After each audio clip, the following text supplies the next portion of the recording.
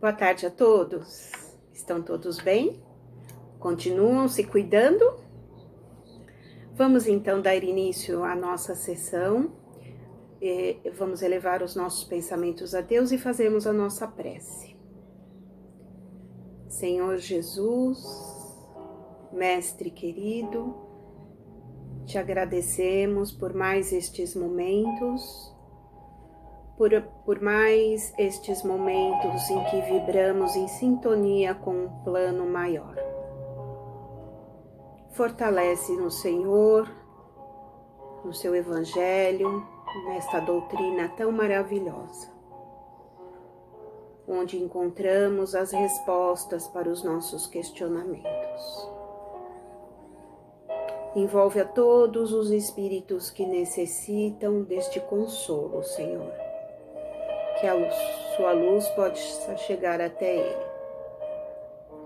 Que Deus nos ampare, nos fortaleça em todos os momentos. Que valorizemos a cada segundo da nossa encarnação. Pai nosso que estais nos céus, santificado seja o vosso nome, venha a nós o vosso reino, seja feita a vossa vontade, assim na terra como nos céus. O pão nosso de cada dia, dá-nos hoje e sempre. Perdoa as nossas dívidas, assim como perdoamos os nossos devedores. Não nos deixes cair em tentações, mas livra-nos de todo o mal. Deus nos abençoe, que assim seja, Senhor.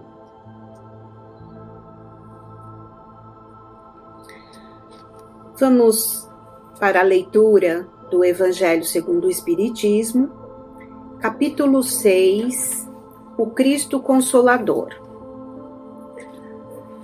O Consolador Prometido. Se me amais, aguardai os meus mandamentos. Eu rogarei a meu Pai, e ele vos dará outro Consolador, para que fique eternamente convosco. O Espírito de verdade, a quem o mundo não pode receber, porque não o vê, nem o conhece. Mas vós os conhecereis, porque ele ficará convosco e estará em vós. Mas o Consolador, que é o Espírito Santo, a quem meu Pai enviará em meu nome, vos ensinará todas as coisas e vos fará lembrar de tudo o que vos tenho dito. João 14, 15 a 17 e 26. Jesus promete um outro Consolador, é o Espírito de verdade, que o mundo ainda não conhece, por não estar pronto para entendê-lo, que o Pai enviará para ensinar todas as coisas e para fazer lembrar o que o Cristo disse. Se o Espírito de verdade deve vir mais tarde e ensinar todas as coisas, é porque o Cristo não disse tudo. É porque o que disse foi esquecido ou mal entendido. Então, nós vejamos aqui que, nesta passagem, Jesus alerta seus discípulos de que haverá o Consolador prometido, que nós sabemos que é a doutrina espírita. Essa doutrina tão maravilhosa que nos esclarece todos os pontos, né, da filosofia, da religião e envolve até mesmo a ciência. Quando nós vemos aqui que o Cristo, ele falava por parábolas, como a gente vê as histórias para atender ali a necessidade da humanidade, porque éramos todos ainda muito sem conhecimentos. Então ele precisava atingir, e uma forma lúdica de conseguir isso era através das parábolas.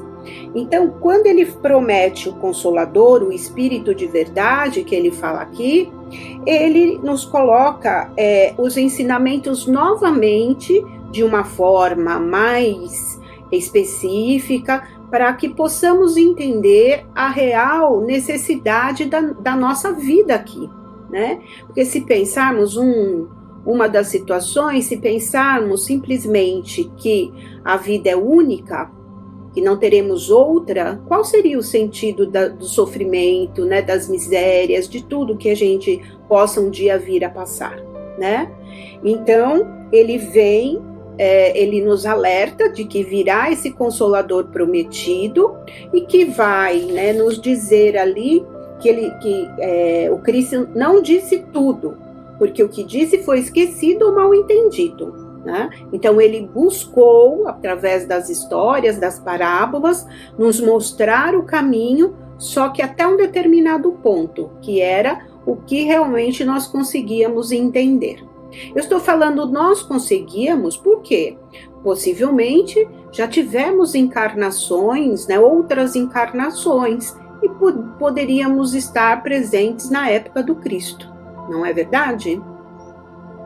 O Espiritismo vem no tempo previsto realizar a promessa do Cristo, e o Espírito de verdade preside ao seu estabelecimento. Chama os homens à observação dessa lei. Ensina todas as coisas ao fazer entender o que o Cristo disse apenas por parábolas, como eu falei, né? O Cristo disse que ouçam os que têm ouvidos para ouvir. O Espiritismo vem abrir os olhos e os ouvidos, pois fala de forma direta e objetiva. Ele ergue o véu deixado propositadamente em alguns mistérios. Então, é essa doutrina esclarecedora, né? Porque nós temos ali alguns pontos que não fica muito claro, mas que com a doutrina, com o estudo dela, nós podemos ver esse véu, né, se desmanchar, esse véu, né, descobrir ali o que na verdade tem que ser. Vem, enfim, trazer uma consolação suprema aos deserdados da terra e a todos os que sofrem, dando uma causa justa e um objetivo útil para todas as dores. Então, justifica todas as dores, todas as alegrias que podemos ter também, não é somente tristeza, mas tudo o que acontece em nossas vidas, até mesmo, né, quando estamos ali próximos, né, dos nossos entes queridos, as dificuldades que passamos, tudo isso a doutrina nos esclarece nos seus livros, né? No livro dos Espíritos, principalmente, no livro dos Médiuns, no Evangelho, que é a nossa diretriz única e certeira para a nossa evolução, enfim, as obras básicas da doutrina. O Cristo disse: bem-aventurados os aflitos, pois serão consolados. Mas como se achar feliz por sofrer? Se não se sabe por que se sofre, né? Então, por que a gente, quando passa por uma dificuldade, depois que aquilo acontece, a gente se sente agradecido, a gente se sente em refazimento da situação? Por quê? E a gente não sabe, né, essa escolha que fizemos. O Espiritismo mostra a causa nas existências anteriores e na destinação da Terra, onde o homem sofre as consequências do seu passado. Então, a explicação para nós está realmente no nosso passado. Ele mostra o objetivo, no qual os sofrimentos são como crises salutares que levam à cura, e é a purificação que garante a felicidade nas existências futuras. Nós já vimos aqui, já comentamos várias vezes, né? Só o que levaremos a nossa bagagem espiritual é que vai nos fazer as escolhas dentro, né, da nossa evolução. O homem compreende que mereceu o sofrimento e o acha justo. Sabe que esse sofrimento ajuda no seu adiantamento, aceita-o sem lamentações, como o trabalhador aceita a tarefa que lhe garante o salário. O Espiritismo lhe dá uma fé inabalável no futuro. Uma fé inabalável por quê? Porque nós vamos ter a fé raciocinada e não aquela fé cega, né? Nós vamos entender o porquê daquilo. A dúvida cruel não mais influencia sua alma, fazendo-o ver as coisas do alto. A importância das contrariedades da vida terrena se perde no vasto e esplêndido horizonte que ele engloba. E a esperança da felicidade que o espera lhe dá a paciência, a resignação e a coragem de ir até o fim do caminho. Então, nós vamos ser fortificados ali por aquela esperança de que nós vamos um dia acertar, vamos um dia chegar, né, nessa perfeição. Assim, o Espiritismo realiza o que Jesus disse sobre o Consolador prometido, o conhecimento das coisas que faz com que o homem saiba de onde vem, para onde vai e por que está na Terra. Então, tem um sentido, né, na nossa vida. Existe ali uma diretriz.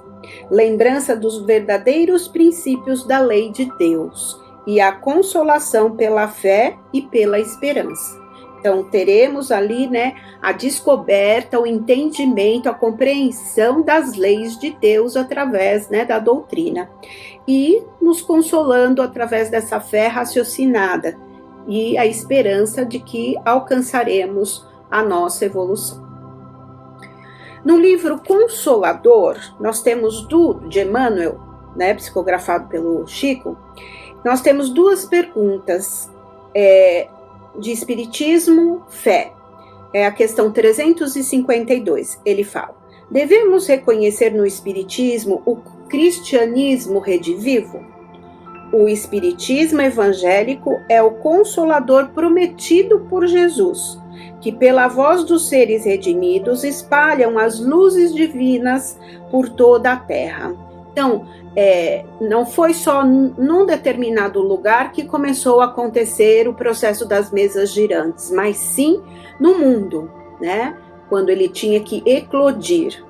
Então, por toda a terra, restabelecendo a verdade e levantando o véu que cobre os ensinamentos na sua feição de cristianismo redivivo, a fim de que os homens despertem para a era grandiosa da compreensão espiritual com o Cristo.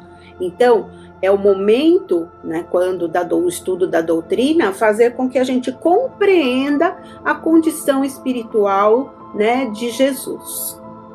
A questão 353, ele diz: o Espiritismo veio ao mundo para substituir outras crenças? Por quê, né? Nós sabemos que existem outras religiões. E como é que fica isso? Aí ele fala: o Consolador, como Jesus terá de afirmar igualmente, eu não vim destruir a lei. Né? Então, não é porque a doutrina existe que as outras religiões não vão se fazer presente. A cada um segundo o seu tempo. Né? Então, com o passar, né, das experiências, das encarnações, a luz, né, dessa doutrina vai clarear tudo e todos.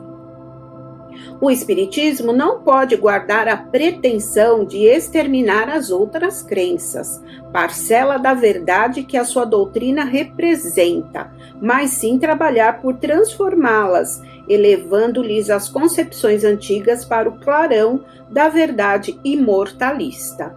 Então, né, ele não tem essa pretensão de sanar, de eliminar as outras crenças. Ele simplesmente quer o quê? Transformá-la e esclarecer.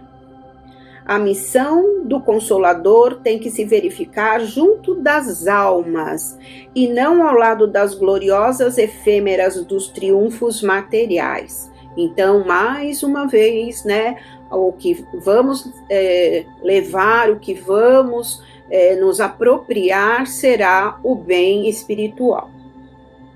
Esclarecendo o erro religioso onde quer que se encontre e revelando a verdadeira luz pelos atos e pelos ensinamentos. O espiritista sincero, enriquecendo os valores da fé, representa o operário da regeneração do templo do Senhor, onde os homens se agrupam em vários departamentos, ante altares diversos, mas onde existe um só mestre, que é Jesus Cristo. Então, nessas palavras, novamente, cada um de nós, como espíritas, como espiritistas que ele fala, sincero, nós vamos nos agrupar sempre em busca dessa luz, Mas não devemos esquecer que terão outros altares, como ele mesmo diz, onde Jesus é o nosso mestre. Eu espero ter contribuído com algum conhecimento e que possamos estar sempre lembrando e valorizando esta doutrina tão maravilhosa, codificada, organizada por Allan Kardec, e que ainda nos traz muitas informações. Nós temos que a todo instante estar lendo e estar se inteirando dos assuntos, porque não é uma doutrina que seja fácil, Ela é esclarecedora e com o tempo nós vamos fazendo dela o nosso caminho, Então, era isso. Obrigada pela oportunidade, fiquem com Deus, até a próxima.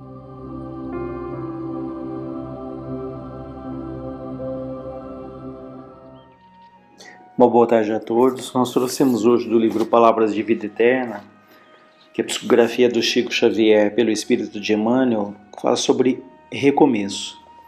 E recomecemos, chama o texto. Ninguém põe remendo de pano novo em vestido velho. Jesus, Mateus capítulo 9, versículo 16. Não conserve lembranças amargas. Viste o sonho desfeito? Escutastes a resposta de fel? Suportastes a deserção dos que mais amas? Fracassastes no empreendimento? Colhestes abandono? Padecestes desilusão? Entretanto, recomeçar é bênção na lei de Deus. A possibilidade da espiga ressurge na sementeira. A água feita a vapor regressa da nuvem para a riqueza da fonte. Torna o calor da primavera na primavera seguinte. Inflama-se o horizonte cada manhã, com o fulgor do sol reformando o valor do dia. Janeiro a janeiro, renova-se o ano, oferecendo-se novo ciclo ao trabalho. É como se tudo estivesse a dizer: se quiseres, pode recomeçar. Disse, porém, o divino amigo que ninguém aproveita remendo novo em pano velho. Desse modo, desface do imprestável, desvencilha-te do inútil, esquece os enganos que te assaltaram, deita fora as aflições improfícuas, desnecessárias. Recomecemos, pois, qualquer esforço com firmeza, lembrando-nos, todavia, de que tudo volta, menos a oportunidade esquecida, que será sempre uma perda real. Tem um texto bastante interessante, aliás, é o primeiro texto desse livro, em que ele fala do recomeço, Nós estamos aí numa fase de pandemia e que talvez seja uma fase bastante rica, bastante profícua para que a gente recomece, porque é uma fase que ela nos leva, sem sombra de dúvida, a reflexões, a rever ali os nossos valores, os nossos objetivos, o que temos buscado. E ele diz no final, para que nós possamos desvencilhar-nos do inútil, desvencilhar-nos daquilo que não nos serve, daquilo que não nos faz bem. E nós só chegamos a esse ponto se avaliamos, se analisamos, se refletimos o que temos feito ali até esse momento. Então, como foi dito, essa fase é uma fase difícil para todos, Cada um ali do seu modo fica mais ou menos sensibilizado com tudo que aconteceu, com tudo que está nos acontecendo. Mas se soubermos aproveitar, é uma fase que pode ser ali de grandes aprendizados. E aquela, talvez uma das frases mais ditas, que eu acho das mais interessantes, é aquela que fala em que todos estamos na mesma tempestade, mas estamos em barcos diferentes. Ou seja, estamos todos imersos ali na mesma situação, mas cada um reage de uma maneira diferente, cada um tem a sua história ali muito peculiar para esse momento que vive, né? E porque essa situação traz muitos aprendizados. Um deles é tentarmos desacelerar um pouco, né? Nós de uma hora para outra nos vimos em casa, nos vimos ali confinados e tivemos a oportunidade, muitos de nós tivemos a oportunidade de ter ali um pouco mais de tempo livre, não é? Um convite ali a desacelerar, a rever ali por que nós corremos tanto, aonde nós queremos chegar, né? Outro aprendizado que essa situação nos traz é ali a família, né? A convivência com a família.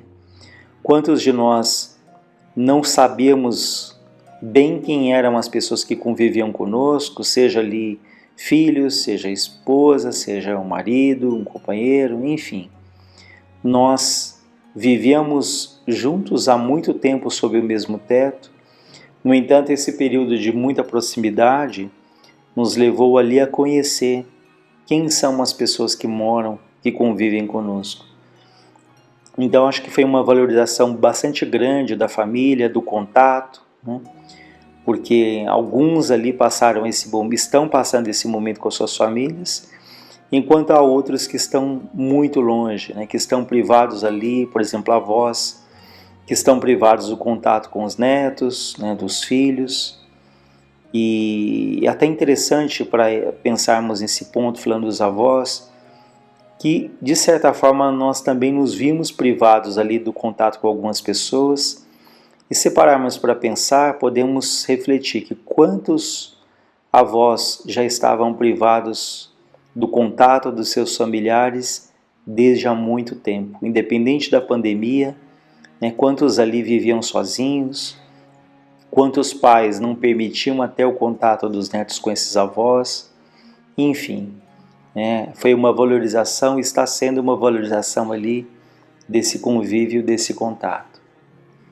Outro aspecto interessante em relação aos hobbies, né? Aos cursos, quantos ali nesse período se permitiram, tiveram tempo para cultivar ali um hobby, uma coisa que sempre teve vontade e nunca fez. Quantas pessoas agora cuidando ali de plantas, né? Acompanhando ali o desenvolvimento de um broto, tendo o prazer ali de ver ali o germinar de uma semente, enfim, né? Situações que talvez se não fosse essa pandemia, nós jamais teríamos ali o tempo ou nos darmos o direito de fazer algo que sempre tivemos vontade, mas nunca tivemos tempo suficiente para isso. Outro aprendizado é a divisão das tarefas, né? De ajudar ali em casa, de compartilhar os trabalhos domésticos, né? Com isso valorizamos muito ali o trabalho de quem cuida ali da casa, né? Seja ali de uma faxineira ou da própria familiar, né? Valorizar até o trabalho da própria mulher ali, que se desdobra muitas vezes no papel de mãe, de profissional, de esposa, enfim. Então esse compartilhamento ali das atribuições da casa também foi ali um aprendizado muito grande entre os familiares. A valorização dos médicos, né? Médicos, enfermeiros, dos profissionais de saúde. Então, acho que nunca valorizamos tanto o trabalho desses profissionais de extrema importância ali dentro de um grupo social, né? E até lembro uma vez mais um exemplo de uma faxineira de um hospital, quando perguntavam para ela numa entrevista o que ela fazia. Ela disse que ela ajudava a salvar vidas, né? E perguntaram, mas de que maneira, né? Ficaram surpresos com a resposta, porque ela era uma faxineira. E ela disse que na medida em que ela deixava o hospital limpo, cuidava da higienização do hospital, ela contribuía para que reduzisse os índices de infecção hospitalar e assim ela ajudava a reduzir as mortes, a salvar vidas. Então vejam, alguém que ali dá significado para o que faz, alguém que vê ali um objetivo maior dentro do que está fazendo. Aparentemente uma tarefa sim, consideradas simples por grande parte da sociedade. No entanto, todas as tarefas têm seu valor. E falando aqui da questão da saúde, em que falamos médicos, enfermeiros, mas também todos aqueles que trabalham ali nos hospitais, todos aqueles que de uma forma ou outra contribuem para salvar ali vidas. Então acho que é uma época de valorização desses profissionais também. A valorização dos professores, da escola. Agora ali, tendo que ajudar os nossos filhos, percebemos a tarefa gigantesca, difícil que é manter a atenção ali dessas crianças, desses jovens. O cuidado ali com a nossa saúde também foi um aprendizado, o cuidado sobretudo com a prevenção, do cuidado com a nossa imunidade, hábitos de higiene que estamos cultivando agora, que eles vão ser de uma valia enorme pelo resto das nossas vidas. Então nós começamos a pensar numa cultura de prevenção, porque nesses momentos em que nós, algum familiar, somos acometidos pela Covid, a nossa resistência física, a nossa boa imunidade, tudo isso é fundamental, para que nós possamos ali passar por essas situações com um pouco mais de segurança. Outro grande aprendizado desse momento é de vivermos um dia de cada vez. Temos a noção de que por mais que a gente planeje, por mais que nós tenhamos ali as nossas tarefas bem programadas, nós começamos a conviver com a incerteza do que será no dia seguinte. Isso tem um lado bom porque nos leva ali a vivermos mais o presente, a cultivarmos mais a fé em Deus, a fé em nós mesmos, sabendo sempre aquela frase, que nenhuma folha cai de uma árvore sem que Deus o permita. Então façamos o nosso melhor hoje, vivamos o presente, mas sabendo que nós podemos plantar, mas a colheita ela pertence ali a Deus. Então esse aprendizado do viver um dia de cada vez e vivermos o melhor que pudermos esse dia, o dia de hoje. Outro aprendizado também é o cuidado com o outro, o cuidado com a saúde do outro, o cuidado com o bem-estar do outro. Acho que mais do que nunca nós nos damos conta da necessidade de ajudarmos, mas também como é bom termos alguém que possa nos ajudar. O cuidar de si mesmo, até do ponto de vista espiritual, particularmente falando em relação à casa espírita, quantos de nós estávamos ali frequentando, tomando o nosso passe, frequentando as sessões, e de uma hora para outra, nós nos vimos ali sem esse respaldo, mas isso tem um lado positivo que nos ensinou a cuidarmos melhor de nós mesmos, a nos ligarmos mais ali a Deus, sabendo que existe esse amparo espiritual, mas que nós não podemos cultivar uma dependência da casa espírita, nós não podemos criar a dependência de ninguém ali, mas está sendo um convite para que cada um se fortaleça, que cada um cuide mais de si. Claro, contamos ali com um apoio, temos ali as sessões virtuais, agora as presenciais gradativamente voltando, mas nós nos vimos ali convidados a cuidarmos um pouco mais de nós mesmos, de assumirmos de uma maneira mais intensa a responsabilidade pelo nosso bem-estar, pelo nosso crescimento. Outro aprendizado é que nós estamos todos ligados, que estamos conectados, Ou seja, um fato que acontece numa província do continente asiático, na China, tem alguma relação conosco? Tem toda. Então são fatos ali que nos levam a perceber que o que acontece do outro lado do mundo pode sim ter um impacto aqui, ou seja lá em que local for, nos mostrando que independente de classe social, de posição geográfica, todos nós ali estamos de certa forma conectados, as ações de um interferem nas ações do outro, sejam ações no bem ou no mal, nós estamos todos ligados. Outro aprendizado é em relação ao consumo, né? Nós percebemos ali, passamos tanto tempo, talvez com os armários cheios de roupas, e no entanto nós não tínhamos onde usá-las, nós não tínhamos onde usufruir, né? Então, nós vivemos num mundo material, é muito natural que busquemos ali nosso bem-estar, que possamos usufruir do conforto que a vida material nos oferece, mas nós temos que ponderar, né? Ver qual é o ponto de equilíbrio.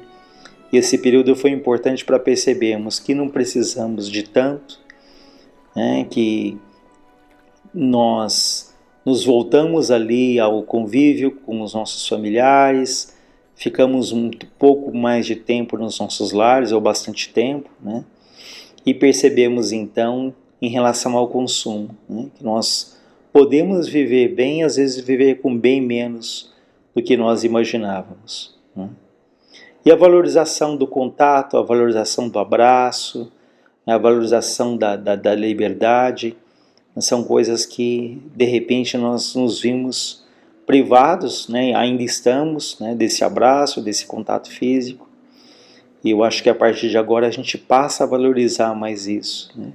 O quanto é bom estarmos junto de alguém, o quanto é bom abraçarmos alguém que amamos, né? Outro aprendizado também é em relação aos trabalhos sociais, quantas pessoas se mobilizando, quantos ali se ajudando, né? Quantos trabalhos assistenciais ganharam força nessa pandemia. Então, a questão da divisão, né? Que o bem do outro, na medida em que eu ajudo a proteger o outro, na verdade eu estou ajudando o outro, mas eu estou protegendo a mim mesmo. Então esse período foi rico nesse aspecto, de aprendermos a dividir, de aprendermos a nos engajar ali em algum trabalho assistencial. E nós sempre nos perguntamos, né? Será que o mundo muda com essa pandemia? Será que as pessoas vão modificar? Na verdade, nós temos que nos perguntar, o que tudo isso tem a ver com a minha vida, né? Será que algo tem mudado de mim nesse aspecto, nesse período? O que eu tenho refletido, né? Vinícius fala em relação a Jesus, né? Que ele é o grande mestre da humanidade, mas ele fala, eu posso dizer que ele é o grande mestre da humanidade, mas ele é o meu mestre. Qual é a relação que Jesus tem a ver com a minha existência, com a minha vida? E a gente pode fazer uma analogia com essa situação da pandemia. Ao invés de pensarmos tanto, será que o mundo vai mudar? Eu tenho que me perguntar o que eu tenho mudado nesse período, o que eu tenho aprendido, o que tenho refletido. Então, ao invés de pensar no outro, em alguém específico ou numa coletividade, fazer uma reflexão para que esse período, né, que é um período difícil, mas que também ele pode trazer grandes aprendizados e, por que não, alegrias, né? Quantos ali passam por momentos difíceis, outros agradecem porque nunca conviveram tanto com a família, porque nunca tiveram um tempo para si mesmos. Enfim, mais uma vez aquela frase, estamos todos na mesma tempestade, mas em barcos diferentes. Mas seja ali nos momentos difíceis ou nos momentos bons, que saibamos ali aproveitar as lições que a vida nos permite, né? Momentos difíceis, mas tão importantes, né? Momentos que serão ali relatados nos livros de história, e que possamos passar por eles ali com sabedoria, com fé, com confiança, mas acima de tudo com grandes aprendizados, né? Enfim, retomando ao texto inicial que fala sobre o recomeço, quem sabe esse momento, essa fase seja uma fase de recomeço, né? Ao invés de esperarmos o desencarne para fazermos as reflexões mais profundas, né, ou o período ali de maturidade no final da vida, por que não aproveitarmos esse período da pandemia para essas reflexões, para essa valorização da vida, valorização da nossa vida, a valorização da vida do outro, e começarmos ali a sermos gratos, a cultivarmos, criarmos ali mais momentos de alegria, mais momentos de valorização junto àqueles que Deus colocou ao nosso lado. Então fica aí para a nossa reflexão e nós vamos encerrando então, agradecendo uma vez mais a Deus nosso Pai e a Jesus nosso Mestre. Tenhamos todos aí um ótimo final de semana e que luz se faça no nosso lar, que luz se faça em todos os lares da terra. Pai nosso que estais nos céus, que está em toda parte, santificado seja o vosso nome. Venha a nós o vosso reino de amor e de bondade. Seja feita a vossa vontade soberana, justa, na terra como ela é feita nos céus. O pão nosso de cada dia dai-nos hoje. Perdoa, Senhor, as nossas dívidas, assim como perdoamos os nossos devedores. Não deixe, Pai, cairmos em tentações e novos erros, mas livra-nos de todos os males. Que assim seja, graças a Deus, graças a Jesus.